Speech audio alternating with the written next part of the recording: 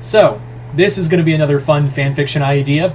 This kind of coincides with, if you guys remember a few weeks ago, I did a video that was basically a AU involving Dr. Jekyll and Mr. Hyde, but with Gravity Falls characters and doing like a new version of that.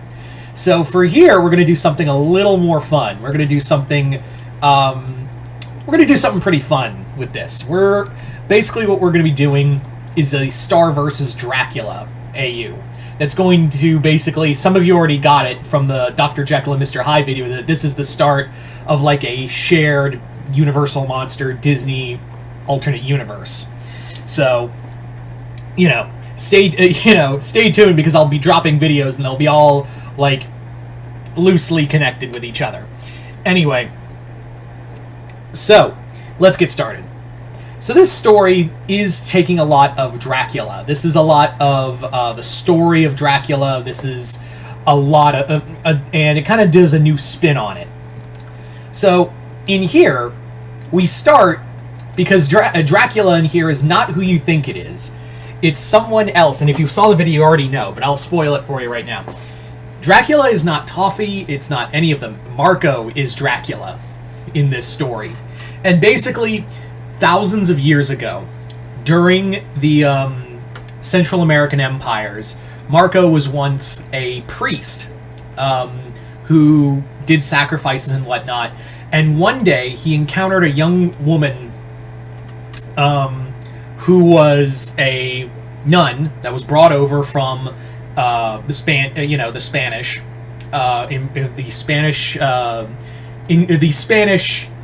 colonization of what would be eventually the Spanish colonization of South America, of Central South America. And essentially, he falls in love with her, but the Spanish deem it that she's a heathen, for bedding a heathen priest and whatever. And Marco is shot. He went by a different name back then. And we'll get to that old name in a bit, but like Marco was shot, and the woman, the blonde woman, was burned at the stake for witchcraft.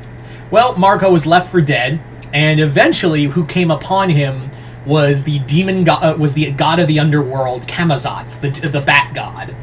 And the bat god is like, you do like if you become my avatar, if you become my avatar and feed on the living, because Camazotz, I know the stereotypical thing with a lot of gods of the underworld is that they're evil, even though a lot of them, like Hades and whatnot, a lot of them were basically like, yeah, we're kind of cool. Camazotz was not cool. Camazotz was very much an evil deity. So Camazotz's whole thing is that I will give you the power to feed on, and you will give me death. That's all I want, is that you will give me endless death until the day you die, until the end of time. And in return, you can have your revenge on the living for all eternity.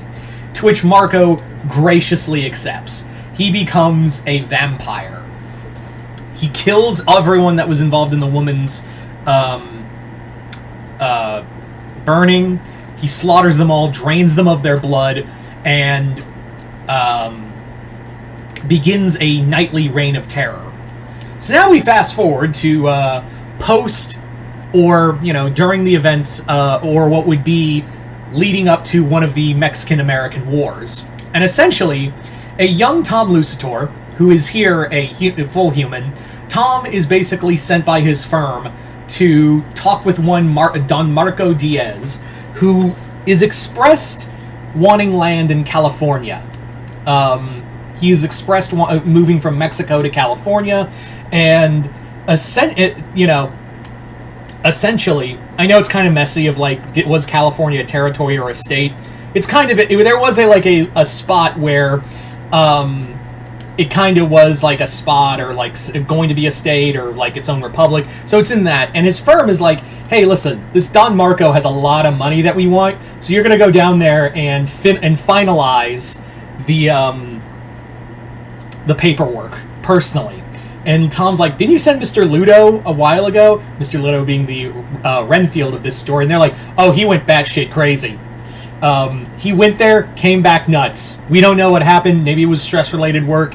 But the point is, Mr. Lucitor, you are going to finish what Mr. Ludo started. So Tom goes. He leaves his bride-to-be Star back in California and heads off. She goes to stay with her friend Jana, and he goes into Mexico and is gone to this Mexican village, this Hispanic village that has been, shall we say, always scared of the night. And there's like there's an old mansion high in the mountains, and they're like, I'm here to see Don Diaz, and they're like, excuse me? They're all like, who did you say you came to see? And they're like, Don Marco Diaz, and they're like, Senor, you need to leave. Like, you should not go there. And he's like, I'm not afraid. Like, what? I know he's a very powerful man. Does he have, and he basically says, like, are you guys scared because he's, like, a powerful Don and, like, basically, you have, like, he gets to, like, lord over you? I mean, that's shitty, but, like, this is kind of for my law firm, and I may, he may be an asshole, but, like, I gotta finish this deal or I lose my job. Like, and I can't do that. So they're like, here, take this cross, go, and, may heaven help you when you go see him. So he goes, he gets dropped off at a carriage, which is still sunlight, and the carriage is like, take your shit and go, I ain't staying here. So they take off, the carriage takes off, and Marco greets him as, like, this old, decrepit man, and he's like, Don Marco. He's like, I am Marco. May you enter of your own volition, and may you bring the happiness into this home. So Marco goes in, and he basically is like, hey, I understand that a lot of the villagers are kind of scared of you, and he's like, oh, the rabble. I'm like, they're they always think I'm going to, like, take their land or something. Like, that's it. Like, it was always funny that, like, Jonathan Harker never brought up the fact that Dracula's like, hey, they're talking mad shit about you, bro. Care to explain that? And in here, we actually address that, where Tom basically talks to Marco's like, hey, the villagers, they really don't like, is there a reason for that? Like, I don't mean to pry. And Marco's just like, oh, I own a lot of land, and they're always afraid I'm going to buy out their land and drive them off their homes. You know how it is. And he's like, that's why that's why I want to go to the Americas, in order to find like a new life, because I'm so bored here. He's like, bet. All right. So they get the paperwork done, and Marco says, Mr. Lucitor, I must confess that you are a very interesting person. Please, I don't know, like, I am an old man. I very much behind the times, but perhaps maybe you can stay a few more weeks, and you can ingratiate me on how to better myself when I come to the Americas. Like, how will I want to be, like, able to ingratiate myself better with the American society, higher class. He's like, cool, I can stay for, like, a couple weeks if it will and he's like, but really, I should get back to the Americas. My wife-to-be Star is waiting for me. And he's like, oh, no, it's sorry. You can stay, like, please. I need, like, I'll even throw in a bonus and I've already informed your law firm that, like, you're gonna stay anyway. And he's like, cool. Guess I'm staying. So, yeah, so Tom stays with Marco, and every night, like, Tom feels himself, like, feeling sick or weaker, and he always, like, he feels like something is biting him at the night, and Marco's just like, oh, we have a insect infestation. It's one of the reasons why I want to get out of this old mansion. And he's like, oh, cool, yeah. Are you living with someone else? Because, like, I hear voices in the night. And he's like, no, it's just me. It's an old building. Like there's too many old ghosts here. Figuratively, of course. But no, Marco's got himself a few brides, and they've been feeding on Tom in the night. So Marco leaves Tom to the brides, and leaves on a boat headed to California, leaving from and not a boat, excuse me, basically a storage caravan that is going to go to California. So the trip goes about as well as you can think, because this shipment, this is a train. It's a train shipment, and everyone on that train is found dead when it pulls into and the weird thing is, like, the train pulls in perfectly, but with the doors open, it's just blood and gore everywhere. And all that is found is, like, boxes of earth that belong to Don Marco Diaz. And they're like, please send to Echo Creek, and leave at the Abbey. And they're like, all right, fine. Yeah, so they take the boxes, they send there, and there's an investigation on that. Meanwhile, back with Star, she's worried because she hasn't heard from Tom in, like, now almost a month. And Jana's just like, don't worry about it. These, these rich folk, they really like to, they're eccentric and whatever. He'll come back and he'll probably get more money. But as the days roll by, still no word from Tom, and now Jana's, like, starting to get sicker. Now, the other thing is that Star's now getting worried about Jana. So she basically sends a message to a friend of hers in Pennsylvania. Basically like, hey, you were a friend of you were a friend of the family, and you took care of me when I was young. I need your help, Dr. Toffee. So in here, Toffee is Van Helsing. Yep. So Toffee shows up, and in here, he kind of has, like, a skin condition that he kind of hides, like, through masks and whatever, and, like, heavy gloves. It's like a almost reptilian skin condition. Almost, imagine, like, Killer Croc, but not to that same level. So Toffee is, like, told by Star, hey, my friend has a blood, she's getting weaker by the second, and I need your help.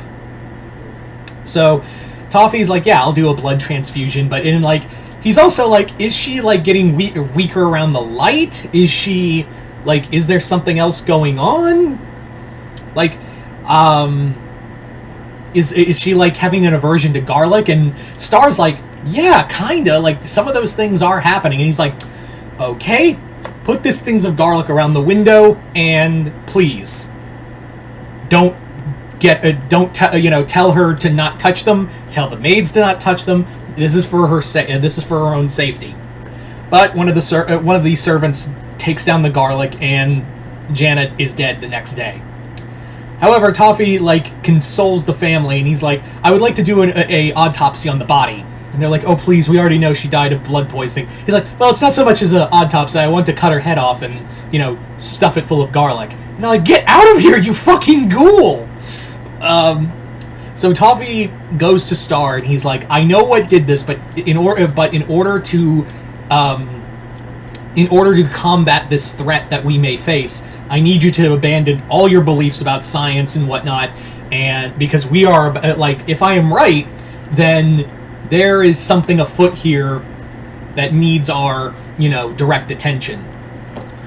So, in here, Toffee calls together a few other, like-minded individuals, fellow vampire hunters, and Toffee basically reveals that, like, there is, like, vampires and monsters out in the world, and it's their job to, like, fight back against these evils. And they believe that one of these evils have arrived in the California state in order to spread their disease. And Star's like, all right, I'll figure out what we can do. I mean, I trust you, Dr. Toffee, but, like, I'm scared. Like, this is like, you're asking me to believe in monsters. And he goes, that's exactly what I'm telling you to believe. And first, we have to talk to Mr. Ludo if we want to find Tom again. So they go to Ludo, and Ludo basically says, like, the master has arrived. He's drawing closer. He's so excited to see you, Star. He's wanted to meet you ever since he saw you. He wants to see you again. And Star's like, I'm scared, and she's disturbed by that. And eventually, she does run into, like, a young gentleman who is a Don Marco Diaz, and he's younger. He's made himself younger after feeding on everyone on the train, and he's just kind of like, pleasure. It's a pleasure to meet you, ma'am. And the two become friends, but as they do, there's a talk. Toffee's on his own little adventure now because now he's hunting down Jana, who's of course become a vampire, and he ends up staking her through the heart. Not like opening up the crypt and like, ha, gotcha, bitch. Psst. It's more like he came upon her while she was trying to feed on a child and had to fight her with his bare hands and end up like grabbing her and impaling her on an angel statue. And he's like, whew. In the name of the Father, the Son, and the Holy Spirit, fucking men. But anyway, so Marco is drawing closer to her, and he does kind of like reveal that like I did have a loved one, but she was killed by people who were ignorant, and I've been alone ever since, but you remind me so much of her. So if you haven't picked up on yet, Star is the reincarnation of Marco's former love before he became a vampire. And Toffee, who meets Don Marco, because in here, like I said, Toffee's like a friend of the butterfly family, is like kind of like a fun uncle and is trying to care for Star. And he's like, Don Marco, you are quite the interesting individual. You had an aversion to garlic, I see. And he's like, oh yeah, it's an allergy. I think nothing of it. And he goes, there's another conundrum that I'm having. And Don Marco's like, yeah, what is it? You don't have a reflection. Marco turns around, there's a mirror behind him. He's like, you're fucking dead. So Marco and Toffee fight, and in the middle of all this, Tom suddenly busts through, shoots Tom, and he's like slinks away into the shadows.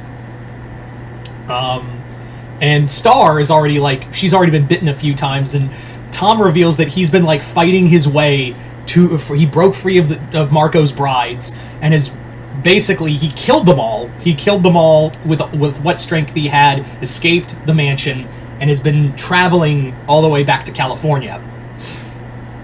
So now he's back with Star, but Star is like already tainted by the vampirism, so Toffee and Tom, along with Star, have to travel back to Mexico, because that's where Marco's gone, because Toffee has destroyed all of the coffins in the city.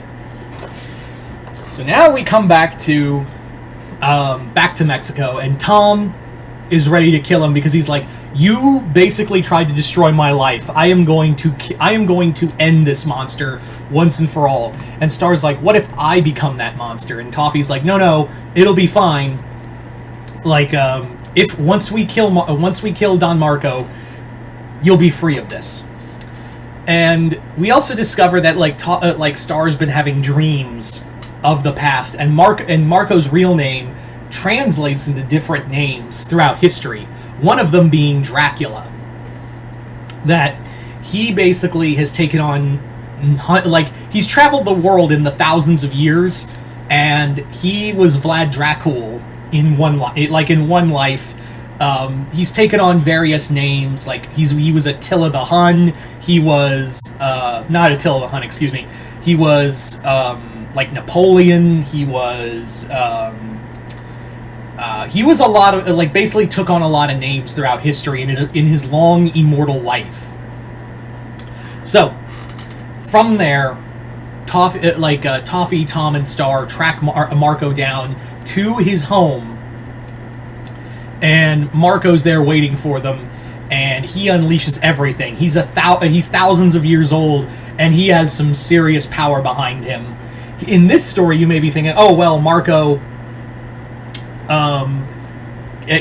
gets staked and whatever. Nope. What happens is Marco kills Tom and Toffee, gets Star, but rather than be like, she's like, destiny will, you think destiny makes you immune to all of this.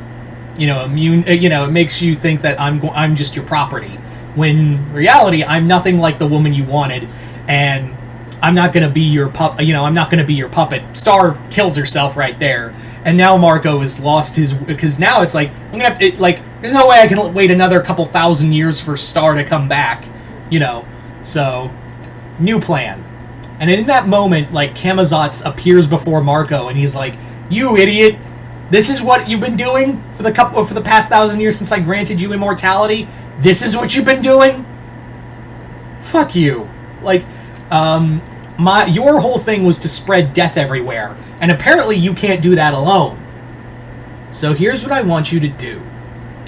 We cut to several months later, and if you guys remember the Dr. Pines and Mr. Cipher story, in that one, Dipper did die, and he took Bill Cipher, who was Mr. Hyde, with him. But as he's being buried, Marco shows up and takes the body, and it's revealed that Dipper died, but Bill Cipher is still alive. And to which Marco's like, "I think you and I are going to start something grand." And he's like, and Bill's like, "Oh really? What are we going to start, Mr. Diaz? Don Marco Diaz, but you may call me by one of my monikers, Dracula." And he's like, "Well, tell me, Count, Don, whatever the fuck you want to call yourself, what are we going to start?" And Marco goes, "The Age of Monsters." And there you go. So there you go, guys. That is the Star versus Star versus Dracula AU. Hope you all enjoy this, and if this does well, I'll probably continue this on with other Disney characters being Universal monsters. So let me know in the comments below if you guys want that or not. But anyway, hope you all enjoyed this. I'm Mr. Multiverse. I'll see you next time in the Multiverse.